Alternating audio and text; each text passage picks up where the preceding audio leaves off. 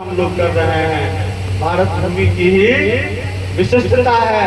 यहीं पे यज्ञ, कथा, पूजन, इन सभी का आयोजन भारत भूमि पर ही होता है। हमारी नकल अब कुछ जगहों पर होने लगा है, लेकिन भारत भूमि के रहने वाले को ही यह सौभाग्य मिलता है, क्योंकि भारत भूमि जो है कर्म भूमि।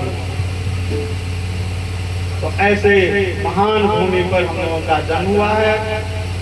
ऋषभ देव की क्षमता को देखकर, उनके प्रभाव को देखकर राजा ने उनके साम्राज्य संचालन का भार दिया और अपने तप को गए। ऋषभ देव ने देखा कि हमारे 100 पुत्रों में से वैसे भी अधिकार मिलता है पहला प्रथम पुत्र को, और सभी दृष्टिकोण से उपयुक्त लगा। उन्होंने भरत को राज्यभार सौंप करके और शेष पुत्रों को कहा कि तुम आप लोग धर्म के मार्ग पर चलिए। शिक्षा दे करके अपनी पत्नी के साथ, मेरू देवी के साथ बद्री विशाल धाम की ओर चले गए। अब भरत जी का गृहस्थी विवशा। भरत का विवाह विश्व रूप की पुत्री पंचजनी के साथ हुआ था। पुनः आ गया, नाम का प्रभाव बहुत होता है। भरत जी के पत्नी का नाम था पंचजनी। पंचजनी से विवाह हुआ, 5 संतान की प्राप्ति। नाम था पंचजनी। जो 5 बच्चों को जन्म देगी वह पंचजनी कहलाती। तो 5 संतानों के प्राप्ति हुई। और राजा भरत ने शासन कितने दिनों तक किया? राजा भरत का जो शासन काल है 1 करोड़ वर्ष तक शासन, 1 करोड़ वर्ष तक शासन की। और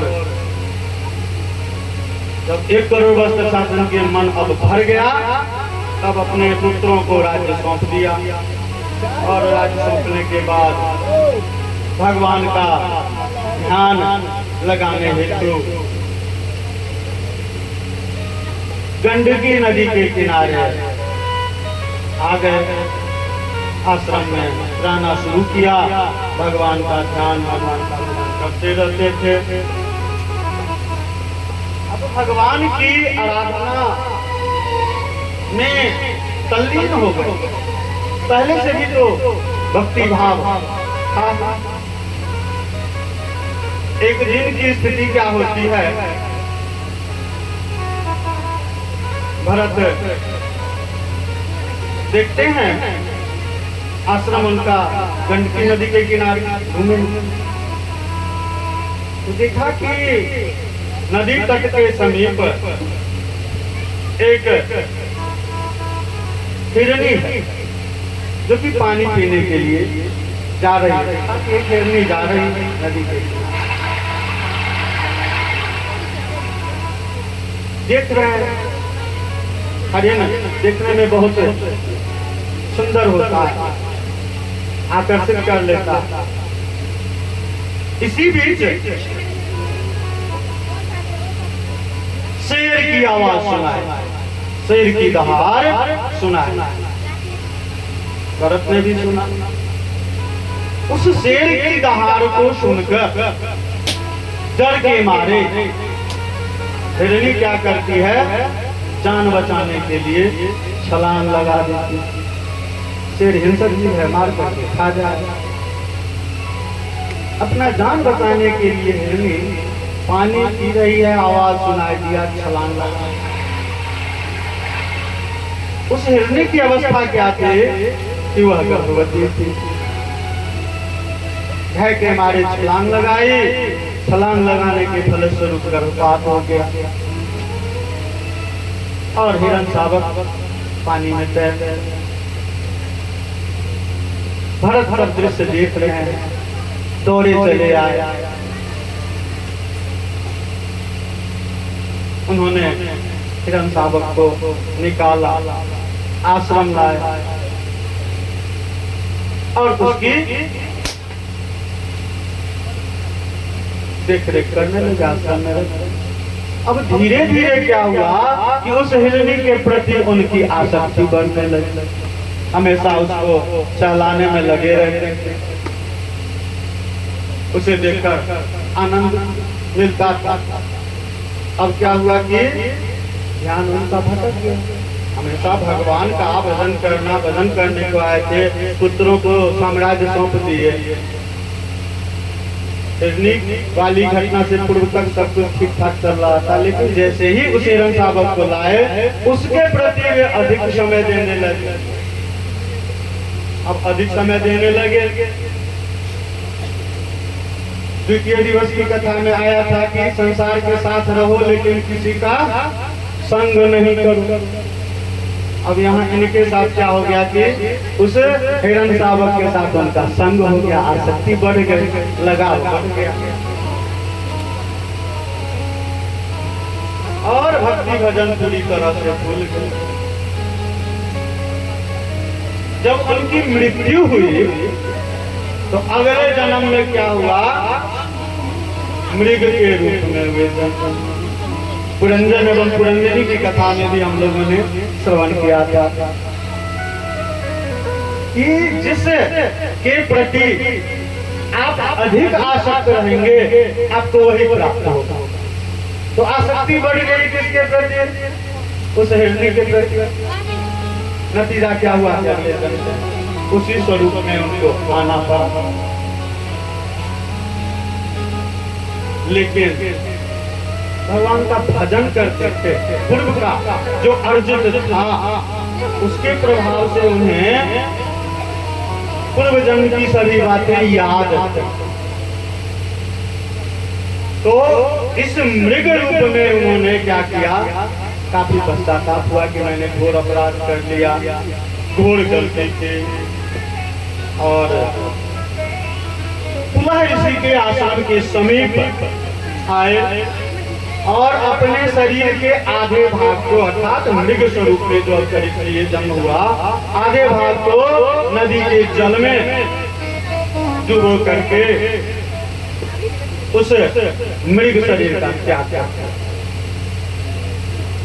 और अगले जन्म में उनकी उत्पत्ति एक गुणवान विद्वान ब्राह्मण के घर में हुआ।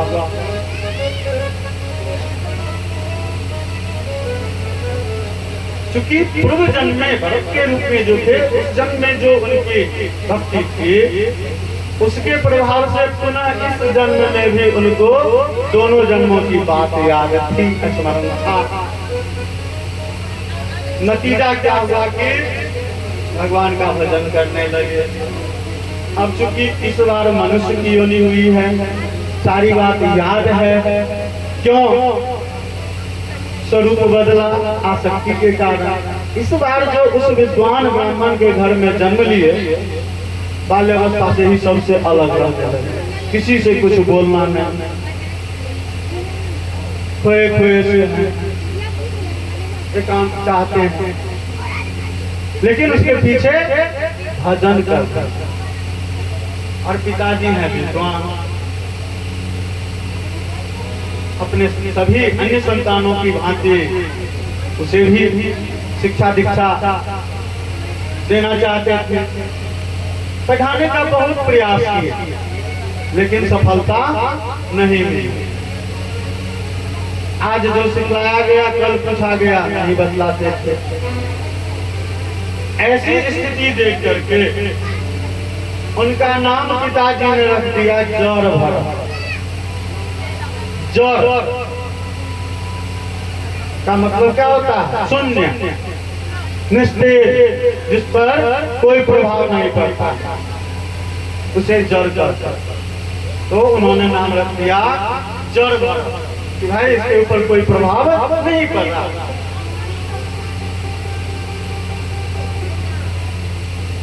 जर भरत अपने भाइयों के संग में नहीं रहते थे, परिवार में भी नहीं रहते थे, अकेले भटकते रहते थे और भगवान का भजन करते रहते थे। अब एक दिन की स्थिति क्या होती है, डाकू लोग जो होते हैं उनकी कथा में बतलाया है कि दिखावा के लिए केवल लोग कहता है कि भगवान नहीं है, लेकिन सब मानता है। तो डाकू जो होते हैं काम तो करते हैं, बुरा अत्याचार का काम करते हैं, लेकिन उस काम की भी जो शुरुआत करते हैं तो भगवान की आराधना से ही करते हैं। माता काली की पूजा करते हैं, दुर्गा की पूजा करते हैं। तो डाकुओं के समूह का उस दिन जो था, उस रात्रि में माता के समक्ष बलि देने का कार्यक्रम था। तो डाकुओं के सरदार ने अपने छोटे भैया डाकुओं से कहा कि जाओ किसी जीव को लाओ, पकड़ करके बलि चढ़ाएंगे। तो डाकुओं का समूह विचरण करते हुए आया, ढूंढ रहा है कि कहीं पे कोई जीव मिल जाए। कहीं नहीं दिखाई दिया, खेतों की तरफ जा रहा है। तो डाकुओं ने देखा, दूर से दिखाई दिया, अच्छा कोई जीव है। समीप गया तो देखा कि एक आदमी है। आवाज दिया, बार बार आवाज लगा रहा है, कुछ नहीं बोल आए हुए हैं, भगवान के भजन में लिए हैं। कई बार आवाज लगाने के बाद, शरीर हिलाने के बाद भी जड़ भरत पर कोई प्रभाव नहीं पड़ा। डाकुओं ने कहा कि इससे बढ़िया मौका क्या मिलेगा, इससे शांत जीव कौन मिलेगा। एक बकरे को भी पकड़ के ले जाते हैं तो बहुत शोर मचाता है, चलो इसे ही उठा के ले चलते हैं। अब जड़ भरत को डाकुओं के समूह द्वारा अपने अड्डे पर लाया जाता है। सरदार से कहा जाता है, सरदार आज सबसे उत्तम जीव को बलि चढ़ाने के लिए लाया है, लीजिए माता को प्रसन्न कीजिए। अब खुशी से जो डाकुओं का सरदार है जड़ भरत को उठाया और माता काली के समक्ष रखा। फिर भी जड़ भरत पर कोई प्रभाव नहीं।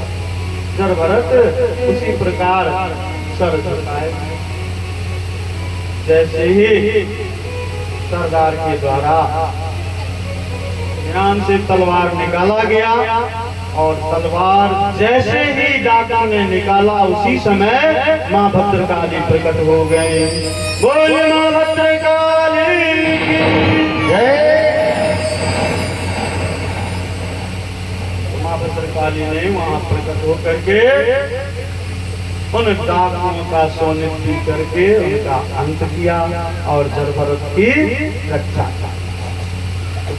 भगवान का भजन करने से क्या प्राप्त नहीं होता है।